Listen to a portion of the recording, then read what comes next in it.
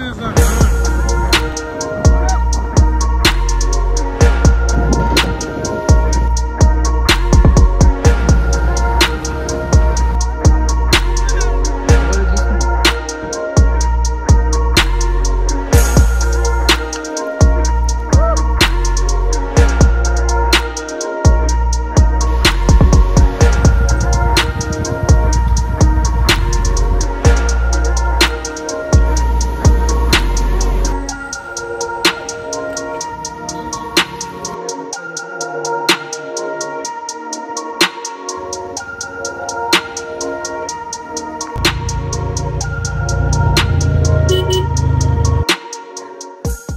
morning, guys.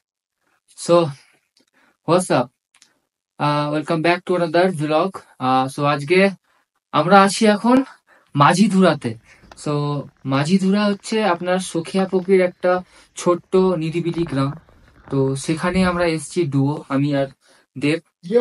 So আমরা এইভাবে এই যে কিভাবে আসলাম মাঝিধুরাতে, কোথায় থেকে শুরু করলাম, কোথায় থেকে শেষ করছি, সবটা এই ভিডিওতে আমরা আপনাদেরকে বলবো। প্লাস আরো কিছু কিছু তথ্য বা অনেকজনের জানার ইচ্ছা থাকে যারা নতুন, আমরাও কিন্তু নতুন, এই প্রথমবার আমরা হয়তো বাইক বা স্কুটি রেন্ট করে আমরা এখানে এসেছি, বাইক চালিয়ে এসেছি। তো আমাদের ওজন প্রায়, দেবের একটু ওজনটা বেশি, দেবের ওজন হচ্ছে প্রায় মনে হয় কত 86, আর আমার হচ্ছে 75। সো আমাদের ব্যাগপত্র সবকিছু নিয়ে আমরা ভেবেছিলাম হয়তো আমাদের ওজন 180 কেজির মতো হবে টোটাল। তো আমাদের মাথায় ছিল যে আমরা স্কুটি বা বাইক রেন্ট করে আসতে পারবো কি পারবো না। তো সেটা নিয়ে খুব দেখলাম, ইউটিউবে সার্চ করলাম, তো সেরকম কোনো ভিডিও পাইনি। বাট আমরা আপনাদেরকে এই ভিডিওতে দেখাবো কিভাবে আমরা আসলাম, আর আমরা এই স্কুটি নিয়ে আসতে পারলাম কিনা, কেমনটা কি হলো না হলো, সব এই ভিডিওতে আমরা আপনাদেরকে বলবো। সো অনেকদিন পর কথা হচ্ছে, অনেকদিন পর একটা ব্লগে এসেছি আপনাদের সাথে। শুধু ব্লগটা দেখুন, ব্লগটা আমার কাছে একটা ব্লগ বা পপুলারিটি পাওয়ার জন্য নয়, আমার ব্লগটা হয় অ্যাকচুয়ালি আপনাদেরকে সত্যি, আপনারা মানে কিছু আমার দ্বারা যদি কোনো তথ্য আপনারা পান, এটার জন্য ব্লগ বানাই। প্লাস আমার একটা মেমোরির জন্য ব্লগ বানাই। এই যে বন্ধুদের সাথে আসলাম, মেমোরি ক্রিয়েট করলাম, আর সেটাকে আমি এখানে রেকর্ড করে নিজের স্মৃতি হিসেবে সেভ করে রাখি। তো যাই হোক, তো সাথে থাকুন, দেখুন কেমন কি হচ্ছে না হচ্ছে, আর আপনারা কিভাবে আসবেন এখানে, কেমন কেমন সাইট সিন আছে, হোমস্টে, আর আপনাদেরকে এমন একটা আস্তানার খোঁজ দিব আপনাদেরকে, দারুণ জায়গা, নাম হচ্ছে স্বস্তিকা হোমস্টে, সেটা আমি আপনাদেরকে দেখাবো। তো সেটাও আপনারা এখানে দেখতে পাবেন। এখান থেকে আপনি কি কি সাইট সিন করতে পারবেন, হেঁটে, বাইকে করে, যেখানে যেভাবে যান আপনারা। তারপর আমাদের সাথে কি কি ঘটলো সব আপনাদেরকে ভিডিওতে জানাবো। তো চলুন, আসুন।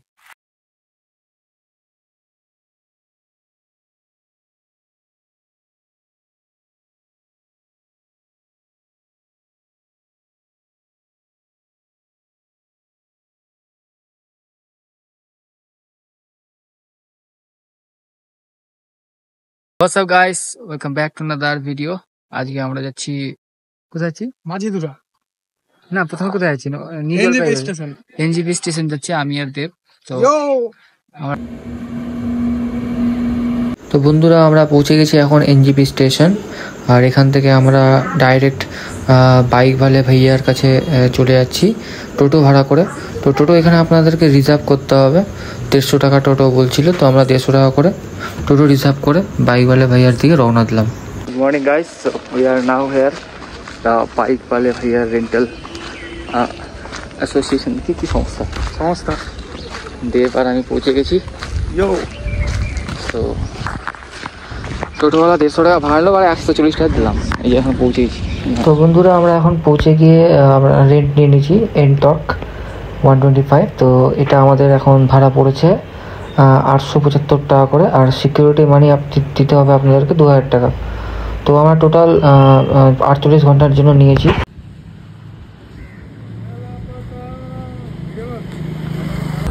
বল্লু তোমারে দিল সে পারার। তো বন্ধুরা, আমরা এখন পৌঁছে গেছি রোহিণী চেক পোস্টে, যেটা সোজা রাস্তা দেখতে পাচ্ছেন, সেটা কিন্তু মিরিক চলে যাবে, আর আমরা নিয়ে নেবো এখন রাইট টার্ন। এটা ডান দিকে যেটা যাচ্ছে সেটা হচ্ছে রোহিণী বাইপাস।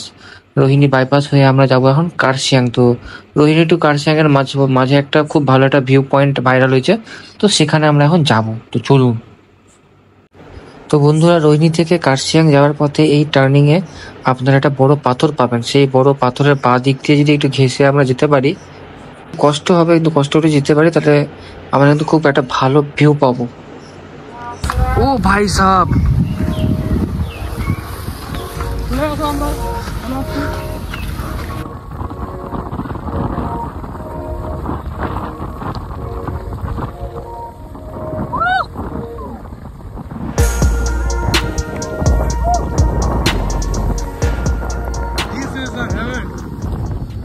এরপর কার্শিয়াং পৌঁছাতে আমাদের কিন্তু বৃষ্টি শুরু হয়ে গেছে আর আমরা রেনকোট পরে নিয়েছি। Guys, now we are reached Ghum station. This is the Ghum station here. So প্ল্যানে চেঞ্জ হয়েছে একটু। আমরা ভাবলাম যে দার্জিলিং পাশে আছে, তো ভাবছি চলো দার্জিলিংটা ঘুরেই নিই।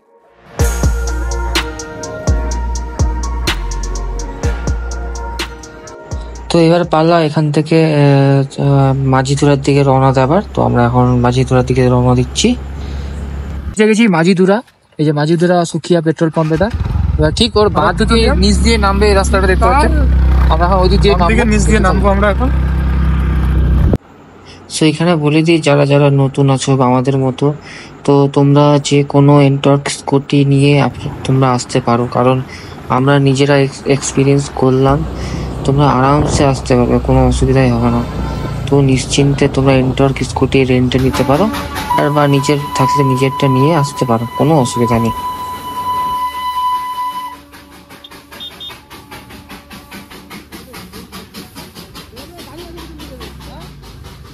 ছিলাম এই 3 নম্বর ফ্ল্যাটে, এই রুমটাতে ভালো ভিউ ছিল। আর বেরোচ্ছি, তো এটা আমরা সবথেকে টপ ফ্লোরে আছি, 3 নম্বর ফ্লোরে।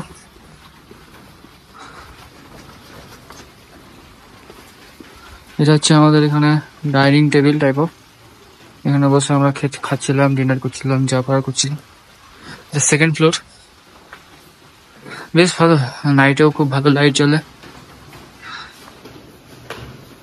এটা একদম গ্রাউন্ড ফ্লোর, যেখানে আমাদের লাঞ্চ ছিল। এখানে বসে আপনারা আড্ডা মারতে পারেন বন্ধুরা মিলে। তো এটা হচ্ছে স্বস্তিকাদির হোমস্টে।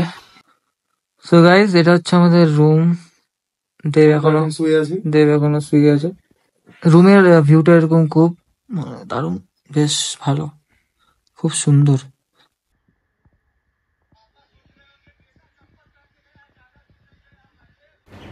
সো এটা হচ্ছে স্বস্তিকাদির সেকেন্ড ফ্লোর থেকে যে ভিউ পয়েন্টটা, সেই ভিউটা কিন্তু আমরা এখান থেকে পেয়ে যাচ্ছি।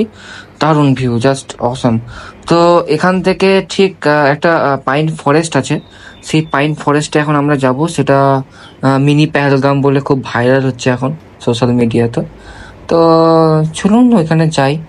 তো এই যে এইখানে এই মাঠটা পেয়ে যাবেন আপনারা, সেই মাঝিধুরা গ্রামটা শুরু হবার আগেই মাঠটা পেয়ে যাবেন। এই মাঠের ঠিক ওই পেছন দিকে একটা পাইন ফরেস্ট আছে। জায়গাটা গাইস সত্যি খুবই সুন্দর ছিল, দারুণ ছিল, দারুণ। মানে আমরা ভাবতেও পারিনি যে এটা নর্থ বেঙ্গলে আছে। দেখে মনে হচ্ছে যে আমরা কাশ্মীর চলে এসেছি, পেহেলগামে চলে এসেছি। যাই হোক, খুব ভালো লাগছিল, কুয়াশা, মানে বেশ ফগি ওয়েদার ছিল। বাট এই জোক থেকে একটু আপনারা সাবধানে থাকবেন, কারণ ওখানে প্রচুর জোক ছিল। তো এই জোকটা থেকে বাঁচতে হলে আপনাকে কিছু না, হোমস্টেতে আপনারা যদি বলেন তো ওনারা আপনাকে কিছু একটা দিয়ে দেবে, ওটা নিয়ে আপনি যেতে পারেন। সো বন্ধুরা, এখন রাত হয়ে গেছে আর আমরা এখন সেকেন্ড ফ্লোরে আছি স্বস্তিকা হোমস্টের। এখানে প্রচুর লাইট চলছে, এখান থেকে নাইট ভিউ পাওয়া যাচ্ছে, খুব সুন্দর। এখানে আমার ক্যামেরাতে ভিডিওতে আসছে কিনা জানি না, বাট ছবি তুললে খুব ভালো আসছে নাইট ভিউ, খুব সুন্দর ভিউ এসছে নাইট ভিউটা। তো সকাল হয়ে গেছে, এবার এখান থেকে আমাদের রওনা দেওয়ার পালা। তো আমাদের এখন প্ল্যান হচ্ছে এখান থেকে আমরা বেরিয়ে যাব লেকচা জগৎ পাইন ফরেস্ট, যেটা কিনা খুব সুন্দর ভিউ। সো গাইস, এখন আমরা বেরোচ্ছি হোমস্টে থেকে। দেব রেডি হয়ে গেছে, বৃষ্টি হচ্ছে, বৃষ্টির মধ্যেও বেরোবো আমরা, রেনকোট পরে আছি যদি। So guys, this is Lepcha Jagat, sorry, Lepcha Jagat. This is the ticket counter here, and this is the main road. আর দ্য টিকিটগুলো আপনার জাস্ট 20 টাকা করে। তো 20 টাকায় আপনারা এরকম একটা ভিউ পাবেন। দেব যাচ্ছে, বৃষ্টি হচ্ছে, একটু হালকা হালকা কুয়াশা আছে, বেশ ভালো, খুব সুন্দর। অক্সিজেনটা খুব ভালোভাবে পাচ্ছি মনে হচ্ছে এখানে, খুব সুন্দর লাগছে। দেখা যাক কতটা দূর যাওয়া যায়। অনেক লোক আছে এনাদের এখানে, অনেক টুরিস্ট আসছেন, খুব ভালো লাগছে বেশ।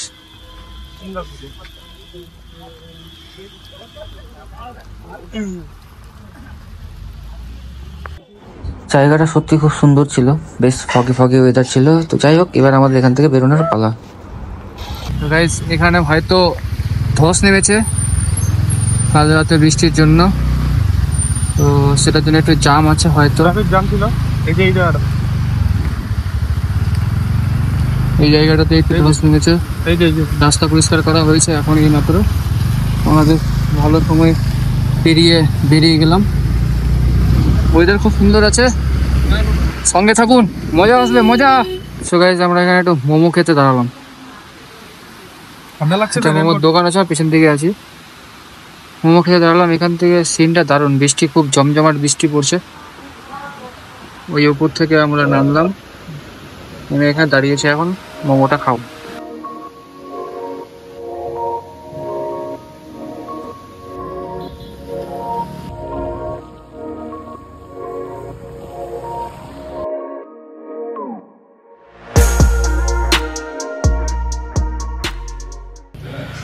তো বন্ধুরা, এখন আমরা ঘুম স্টেশন পার করে কার্শিয়াংয়ের দিকে যাচ্ছি। যেতে যেতে ওদিক থেকে আমরা ভাবলাম রংটং হয়ে শিবখোলা যাব।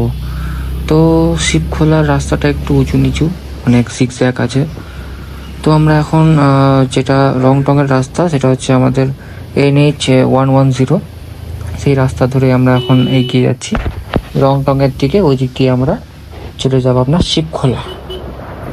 So guys, we are now going to Shivkhola.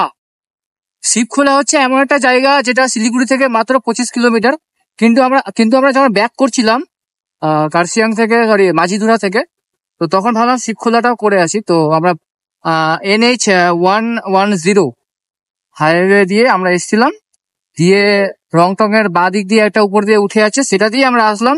দিয়ে এখন এই যে গ্রুপ নিয়ে যাচ্ছি আমরা শিবখোলা। শিবখোলা হচ্ছে এমন একটা জায়গা যেটা হচ্ছে আপনার ওখানে নদী আছে আর ঝর্ণা আছে, খুব সুন্দর একটা জায়গা। তো রাস্তা দেখেও বোঝা যাচ্ছে খুব একটা সুন্দর জায়গাতে যাচ্ছি আমরা। তো দেখা যাক কেমন হয় আমাদের ট্রিপটা, ঠিক আছে? সঙ্গে থাকুন, এনজয় করুন। দিস ইজ আ শিবখোলা, এটা হচ্ছে পার্কিং এরিয়া, অ্যান্ড আমরা যাচ্ছি। কেবল আছে সামনে, 5-10 মিনিট ট্রেক করতে হবে, তো যাই।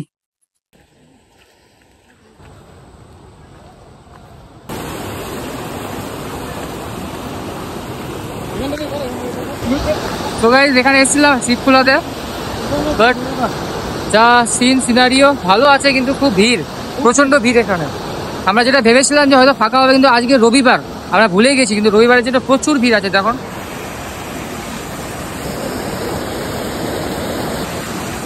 প্রচন্ড ভিড় আছে। তো আমরা এখন এখানে একটা জায়গা পেয়েছি, তো এখানে আমরা নিজেদের ব্যাগ ট্যাগ রেখে এখান থেকে টান করে বেরিয়ে যাবো। তো সিনারিটা খুব সুন্দর, ভালো। তো আপনারাও আসতে পারেন সানডে থেকে, খুব ভিড় হয় ঠিকই, কিন্তু বেশ ভালো জমজমা।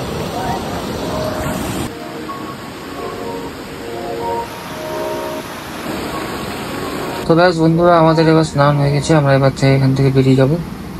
বেরিয়ে গিয়ে চলে যাব আমরা শিলিগুড়ি। আর শিলিগুড়ি থেকে ওখানে আমাদের ট্রেন আছে, আমরা ট্রেন ধরে বাড়ি যাব। হ্যাঁ, ভাল লাগছে না যেতে, ছাড়তে ইচ্ছা করছে না জায়গাটা, কিন্তু কিছু করার নেই, আবার কাজে জয়েন করতে হবে।